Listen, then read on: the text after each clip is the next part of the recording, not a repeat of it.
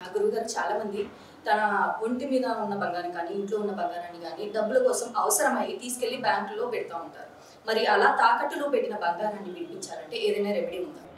శ్రీమాతే నమః, శ్రీ గురుభ్యో నమః. అసలు బంగారం తాకట్టు పెట్టాల్సినటువంటి అవసరం ఎవరికి రాకూడదు.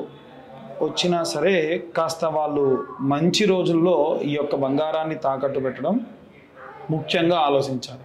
ఎట్టి పరిస్థితుల్లో మంగళవారం నాడు కానీ ఎవరైనా బంగారం తాకట్టు పెడితే మంగళవారం మారు కోరుతుంది అంటారు. కాబట్టి మళ్ళీ మళ్ళీ ఆ బంగారం అంతా ఆస్తి అంతా తాకట్టుకు వెళ్ళిపోతుంది. ఎట్టి పరిస్థితుల్లో మంగళవారం నాడు బంగారాన్ని తాకట్టు పెట్టరాదు. అయితే మరి తాకట్టులో పెట్టిన బంగారం తిరిగి రావాలంటే ఏం చేయాలి అని అడుగుతుంది. అలా ఉన్నటువంటి బంగారం తిరిగి రావాలి అని అంటే మనం కట్టేటువంటి వడ్డీ ఉంటుంది కదా, ఆ వడ్డీని మంగళవారం నాడు కట్టొద్దు. ఒకటి, వడ్డీ కడతానే ఉంటాం. రెండవది, ఆ కట్టేటువంటి వడ్డీ కూడా క్యాష్ రూపేనా కట్టండి. ఎట్టి పరిస్థితుల్లో మీరు ఆన్లైన్ ట్రాన్సాక్షన్స్ చేయకండి. ఆ కట్టేటువంటి బంగారం క్యాష్ రూపంలో కట్టేటప్పుడు వీలైతే ఆ ముందు రోజు డబ్బుని ఉప్పులో పెట్టి దానిపై పచ్చకర్పూరం పెట్టండి. మీ లాకర్లో పెట్టుకోండి. మంచి రబ్బర్ బ్యాండ్ వేసేసి ఉప్పులో పెట్టేయండి, దాంట్లోనే పచ్చకర్పూరం కూడా వేయండి. నెక్స్ట్ డే తీసుకెళ్ళి ఆ డబ్బులు అలాగే కట్టండి. దీని వలన తొందరగా, ఎందుకంటే ఉదాహరణకు మీరున్నారు ఆఫీస్లో చల్లగా ఉంది, బయటికి ఎక్కడికో అవుట్డోర్ షూట్కి వెళ్ళారు, విపరీతమైన ఎండ అయిపోగానే ఇమీడియట్గా ఏమనిపిస్తుంది మీకు? తొందరగా ఆఫీస్కి వెళ్ళిపోవాలి, చల్లగా ఉంటుంది అక్కడ, అంతేనా? అమ్మవారికి కూడా దాచినంతసేపు చల్లగా పచ్చకర్పూరము ఉప్పులో దాచాం. ఎప్పుడైతే బయటికి పంపిస్తాం, అర్రే వాడి దగ్గర భలే చల్లగా ఉందని చెప్పేసి మళ్ళీ అమ్మవారు వెనక్కి రావాలని చూస్తారు. దాని వలన ఈ యొక్క ధనం అనేటువంటిది, ఆ అప్పు అనేటువంటిది తొందరగా తీరుతుంది. ఇప్పుడు బంగారం మనం విడిపించుకొని వెనక్కి తెచ్చుకుంటాం కదా, అప్పుడు మంగళవారం నాడు తెచ్చుకోండి. అప్పుడు మళ్ళీ మళ్ళీ ఎక్కడెక్కడ తాకట్టులో ఉన్నాయో మనకు సంబంధించినవన్నీ గతంలో మన పూర్వీకులు తాకట్టు పెట్టిందో దాంతో సహా వచ్చేస్తుందట.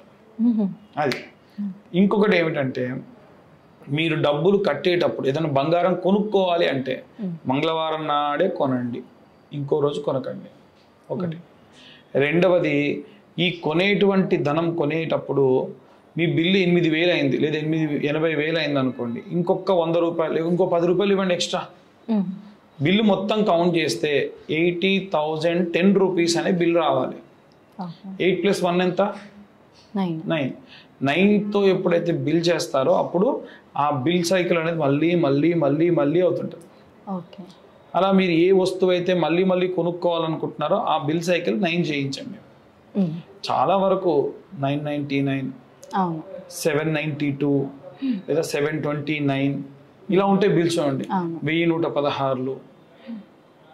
కాబట్టి ఈ బిల్లింగ్ అనేది ఎప్పుడైతే మొత్తం కౌంట్ చేస్తే 9 అవుతుందో వాళ్ళకు మళ్ళీ మళ్ళీ మీరు పే చేసి ఆ పని చేయించుకుంటారు. బ్రాహ్మడికి ఎందుకు 1116 ఇవ్వాలి అని అంటే, సరే వేరే వేరే కారణాలు ఉన్నా 9తో సంఖ్య పూర్తయితే ఆ ఇంట్లో ఇంకా శుభకార్యాలు మళ్ళీ మళ్ళీ జరుగుతాయి, అందుకని ఇవ్వాలి అనేటువంటి దాని ఉద్దేశం. కాబట్టి హాస్పిటల్కి వెళ్ళినప్పుడు 9తో కాకుండా 6తో క్లోజ్ చేయండి. 6 అనేది డేంజర్ నెంబర్, అందరికి అచ్చిరాద నెంబర్. ఎప్పుడైతే హాస్పిటల్లో మీరు 6తో క్లోజ్ చేస్తే ఇక మళ్ళీ హాస్పిటల్ ఖర్చు పెట్టేటువంటి పని ఉండదు.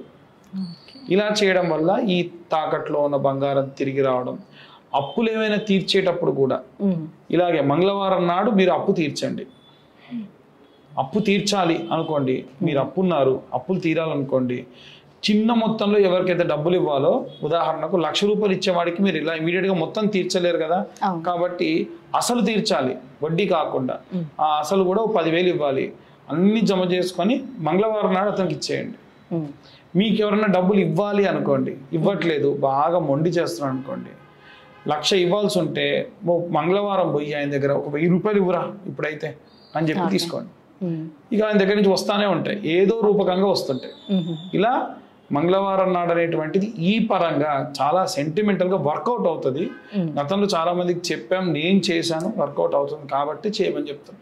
అలాగే గురుగారు, అసలు మంగళవారం రోజు నిజంగానే మనం ఏదైనా పని చేస్తే అది రిటర్న్లో మళ్ళీ తిరిగి వస్తుంది అనేసి చెప్తూ ఉంటారు. చాలా మంది పాటిస్తూ కూడా ఉంటారు. ఇది తాకట్లో ఉన్న బంగారానికి కావచ్చు, అప్పుల బాధలో ఉన్న వారికి కూడా వర్తిస్తుంది అనేసి చాలా చక్కగా వివరించారు గురుగారు. ధన్యవాదాలు.